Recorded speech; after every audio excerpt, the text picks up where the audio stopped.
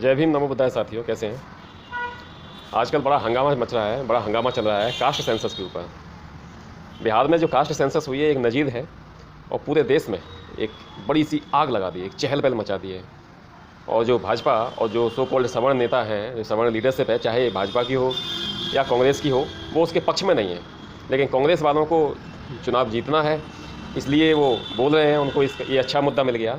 और भाजपा जो है, भाजपा वाले भी, कल अमित शाह ने बोला कल परसों में कि नहीं, जब सरकार नीतीश के साथ थी, नीतीश के साथ भाजपा थी, तब ये मतलब हमने पास किया था, इसको लागू वो किया था, लागू इन्होंने अब किया है। अब इसके अंदर कितनी सच्चाई है ये तो नहीं कह सकते, लेकिन मुझे लगता है कि 100% झूठ है, क्योंकि दूसरों के अच्छे कामों का श्रेय लेना भाजपा और संघियों को बहुत अच्छे से आता है। देश की आज़ादी में इनका 1% का भी योगदान नहीं था, 0.01% का भी योगदान नहीं था, लेकिन आज वो देशभक्त बने फिर रहे हैं और वो एक तरह से अपने आप को हमने आज़ादी दिलाई, हमारी वजह से आज़ादी मिली है, ये प्रेजेंट करने में तुले हुए हैं। तो इनका कुछ भी सदा धरा नहीं है, लेकिन ये तो अपना काम कर रहे हैं और बखूबी बहुत ईमानदारी के साथ कर रहे हैं। ये बहुत अच्छी बात है कि संघी जो अपना एजेंडा प्रस्तुत कर रहे हैं या जो काम कर रहे हैं वो बहुत ईमानदारी के साथ। 100 साल का उन्होंने बनाया था 1925 में, जब उन्होंने बनाई थी संघ RSS, तो एक 100 साल का आंकड़ा लिया था कि 100 साल में हम देश की सत्ता पे काबिज हो जाएंगे। लेकिन 9-10 साल पहले ही वो काबिज हो गए, है ना। 2014 में ही वो काबिज हो गए इस देश की सत्ता पर। तो कहने का अर्थ ये है कि वो अपने हिस्से की काम जो है, अपने हिस्से का काम बहुत ईमानदारी से करते हैं।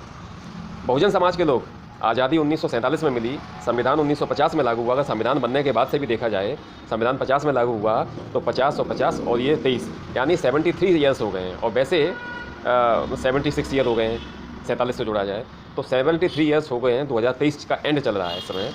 तो 73 साल में भी हम उल्लेखनीय प्रगति नहीं कर पाए, जो करना था वो नहीं कर पाए। और अब पिछले 10 सालों में 8.5-9 साल में, सॉरी 9.5 साल करीब हो गए हैं, उसमें ये जो सरकार है, बल्कि 10 साल ही करीब हो चुके हैं, मोटा 2-3-4 महीने कम। तो 10 सालों में सरकार ने जो किया है वो हमें और नीचे डुबोने का काम किया है।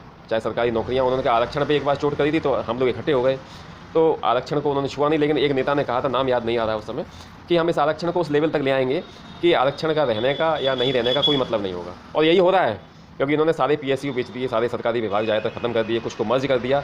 और अभी इनका एक डिपार्टमेंट है, दीपक करके है, वो उसका फुल नेम तो नहीं पता मेरे को, तो उसका काम है यही योजनाएं बनाना, कितनी PSU और बचे हैं उनको हम बेच सकते हैं, उनको बेचने से कितना पैसा आएगा, उसका क्या होगा क्या नहीं होगा। दूसरा, सरकार 15 लाख करोड़ रुपया और ले रही है विदेशी कर्जा। तो अंधभक्त हैं जिनके दिमाग में गोबर भरा हुआ है, वो तो ये कह रहे हैं कि मनमोहन सिंह ने जो कर्जा छोड़ा था, उस कर्जे को ये पाटने के लिए ये पेट्रोल और डीजल इतना महंगा कर दिया, उसको पटा रहे हैं।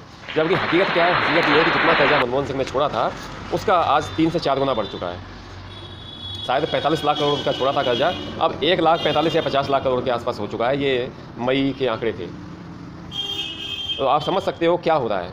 मैं इसीलिए कहना चाहता हूँ, अब ये परसों ऐलान किया है प्रधानमंत्री ने कि जो 80 करोड़ लोगों को जो रोज अनाज मिलेगा ना, मुफ्त का जो अनाज मिलेगा, वो अगले 5 साल तक और मिलेगा। यानी कि इनको पूरा पता है कि ये कितनी चुभती हुई नस है। और मैंने खुद ऑब्जर्व किया है कि बहुजन समाज के लोगों की स्थिति इस कदर ख़राब है कि उनके पास खाने की व्यवस्थाएं नहीं हो पा रही हैं। तो उनके लिए बड़ा अपॉर्चुनिटी, उन्होंने कहा ठीक है साहब, प्रधानमंत्री खाना तो दे रहा है, जी तो जाएंगे हम कम से कम, और कुछ हो रहा हो नहीं हो रहा है, खाना मिलता रहे, जिंदा रहेंगे, अपना कर लेंगे जैसा भी। लेकिन भले ही वो जीवन कुत्ते जैसा हो या कुत्ते से भी ज़्यादा बदतर हो, आपके ऊपर आके ये मुँते, आपके सिर पे पेशाब करें या कुछ भी करें, कोई फ़र्क नहीं पड़ता है। क्योंकि इस कदर गरीबी है, वो केवल जीने को ही अपना, केवल जी जाएं, इतने मात्र से ही संतुष्ट हैं। तो सोचिए, आज़ादी के 73 साल बाद, संविधान लागू होने के 73 साल बाद भी स्थिति ये है कि हमारे लोगों की स्थिति में कोई सुधार नहीं आ पाया है। आया भी है तो मात्र ऊपर के लेवल के ज़्यादा 1-2%, 5% लोगों में आया है, इसके अलावा नहीं आया। OBC समाज के लोग पहले से ही समृद्ध थे SC और ST के मुकाबले, और अभी भी हैं, लेकिन उनका भी हालत ख़राब होती जा रही है। उनको शायद समझ में नहीं आ रहा है, क्योंकि अब बिहार में जो सेंसस हुआ है, बिहार में ये संघी बोलते थे, भाजपा सरकार बोलती है कि तुम्हारा जो हिस्सा है सभी लोगों से, अदर देन कुर्मी, कुशवाहा और यादव, ये सबसे नौकरियाँ खा रहे हैं। लेकिन जब वहाँ पता चला कि इनकी आबादी, इन तीनों जातियों की आबादी तो करीब 21% के आसपास है, लेकिन सरकारी नौकरियों 3.5% से ज़्यादा नहीं है ये, तो खा कौन रहा है हिस्सा इनका। तो कास्ट सेंसस क्यों ज़रूरी है, जातिगत जनगणना क्यों ज़रूरी है? वो इसीलिए ज़रूरी है कि उससे पता चलेगा कि आप कितने हैं और आपको कितना मिल रहा है। मतलब रोटी तो एक ही है गोल, उसमें खाने वाले कितने लोग हैं और कौन कितना खा रहा है। अभी जो हाल ये है कि 80% जो 85 से 90% जो लोग हैं वो 1/4 रोटी खा पा रहे हैं, और जो 15-16%, 20% लोग हैं, 14-15% लोग हैं, वो 75% से ज़्यादा, बल्कि 85% से ज़्यादा रोटी खा रहे हैं। तो ये न्याय नहीं है, यह अन्याय है। न्याय कब होगा? जिसकी जितनी संख्या भारी उसकी उतनी हिस्सेदारी, ये न्याय है और ये होना चाहिए।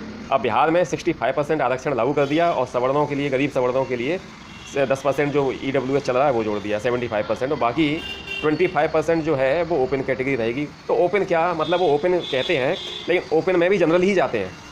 अब ये सरकार ने जो फैसला किया, अगर ये अगली बार यही सरकार आ गई तो कुछ उम्मीद करी जा सकती है, वरना इसके बाद अगर कोई और सरकार आ गई या भाजपा वगैरह ही जीत गए तो क्या होगा। इन्होंने यहाँ पर क्या किया, अभी IAS के में कितना परसेंटेज है लोगों का वो निकाला गया, तो उसमें पता चला कि SC ST OBC मिलाकर मात्र 27%, 27-28% के आसपास ही ये IAS PCS IPS वगैरह हैं, और बाकी जो सारे हैं वो कौन है? बाकी सारे वही है, सवर्ण हैं। तो इस चीज़ की हिस्सेदारी होनी चाहिए, बराबर की हिस्सेदारी होनी चाहिए। हमारे लोग ऐसा तो नहीं कर रहे हैं, और हमारे लोगों के हाथ में जब सत्ता आई या हमारे व्यक्ति के हाथ में जब संविधान बनाने की पावर आई तो उन्होंने ऐसा कुछ नहीं किया कि सारा कुछ हम खा लें और तुम्हें कुछ ना मिले। उन्होंने जो किया बराबर का किया, परम पूज्य बाबा साहब ने बराबर का किया।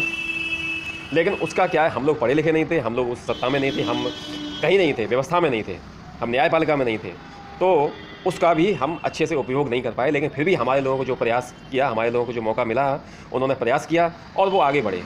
बहुत बड़े बड़े लोग हैं आज हमारे समाज में, लेकिन उंगलियों पर गिनने लायक है। अगर परसेंटेज देखा जाए तो ये 1 और 2% या से ज़्यादा नहीं है। मैं समझता हूँ छोटे बड़े मिला मिलू के 5% से ज़्यादा लोग नहीं, बाकी 95% की हालत अभी भी ख़राब ही है। 2 जून की रोटी की तरस रहे हैं। तो ये अभी 5 राज्यों में चुनाव हो रहे हैं दोस्तों, और आगे आने वाले समय में केंद्र में सरकार बनने वाली है। तो आपको इस चीज़ पर ध्यान रखना है, आपको क्षणिक लालच में नहीं फंसना है, आपको चुनाव के समय साड़ी में या शराब में या कुछ पैसे में नहीं फंसना है। आपको अगर लेना है तो ले लो, लेकिन काम वही करो। छोटी छोटी पार्टियों को लेकर आओ, जो बहुजन समाज की छोटी छोटी पार्टियाँ, खासकर तीसरे नंबर की पार्टी जो BSP है या SP वगैरह हैं, इन सबको जिताओ। मान्यवर काशीराम जी ने कहा था कि हमें मजबूत सरकार नहीं चाहिए, हमें कमज़ोर सरकार चाहिए। कमज़ोर सरकार होगी तो बहुजन समाज के लोगों का भला होगा, और मजबूत सरकार होगी तो बहुजन समाज के लोगों के साथ अन्याय होगा, जैसा कि अभी पिछले पौने 10 सालों से होता आ रहा है। यही मेरा कहना है, और यही बड़े समझदार और बुद्धिजीवी वर्ग के लोग हैं उनका भी यही कहना है। मुझे उम्मीद है आपको ये सब बातें समझ में आएंगी। दोबारा फिर से आऊँगा अपने लोगों के, आप YouTube वगैरह पे या सोशल मीडिया जो देखते हैं इसमें नाच गाने की बजाय फ़िलहाल कुछ समय तक अपने लोगों के बारे में पढ़िए, अपने लोगों के बारे में सुनिए, समझिए वो क्या कह रहे हैं, उनके विचारों को जानिए, क्योंकि तभी आप, बहुत सारी चीज़ें हैं जो हमारे आम आदमी नहीं जानते हैं, लेकिन हो सकता है ऐसे हम जैसे और भी लोग हैं, बड़े बड़े अच्छे अच्छे लोग हैं, वक्ता हैं, उनको सुनिए, शायद कुछ भ्रांतियाँ दूर हों तो आपको सही गलत का डिसीजन लेने में, समझदारी से काम लेने में आपको आसानी होगी। हमारी हालत क्या है, हम हाथी हैं, लेकिन हाथी को बचपन से एक पतली रस्सी से बांधा गया था, तो बचपन में प्रयास किया तोड़ने का, फिर तोड़ नहीं पाए, बाद में फिर वो गुलामी की भावना या ऐसी भावना हमारे यहाँ पे घर कर गई है कि हम इस रस्सी को तोड़ नहीं सकते। We can't break this barrier, लेकिन हम ब्रेक कर सकते हैं। हमें अपनी ताकत का अंदाज़ा नहीं है, हमें अपनी ताकत का अंदाज़ा करना होगा। यही बात है, हमें अपनी ताकत को बारे में सीखना होगा, समझना होगा कि हम कितने ताकतवर हैं। तो वोट की ताकत को पहचानो, ये सही समय है, सही मौका है। 5 राज्यों में चुनाव हो रहे हैं और आने वाले जनवरी के बाद से कभी भी देश में चुनाव हो सकते हैं। इसलिए अपने आप को समझो, अपनी ताकत को पहचानो। छोटी छोटी बहुजन समाज की पार्टियां हैं, उनको आगे बढ़ाओ ताकि वो एक होकर अपनी व्यवस्थाएं बना सकें। लेकिन इतनी छोटी पार्टियों को भी मत बनाओ कि वो आगे चल के बिक जाएँ। भाजपा वगैरह पे, कांग्रेस पे, इन पे बहुत पैसा है, ये खरीद सकती हैं। इसलिए सॉलिड पार्टियां हैं, स्टालिन वगैरह की पार्टी है, बिहार में नीतीश बाबू की या लालू जी की पार्टी है, UP MP और कई राज्यों में BSP का जनाधार है, और भी कुछ पार्टियां हैं, इनको बढ़ाइए आगे। जब ये सब मिलकर सत्ता में पहुंचेंगी तभी हमारा उद्धार होगा। जय भीम, जय भारत, जय संविधान, जय जन।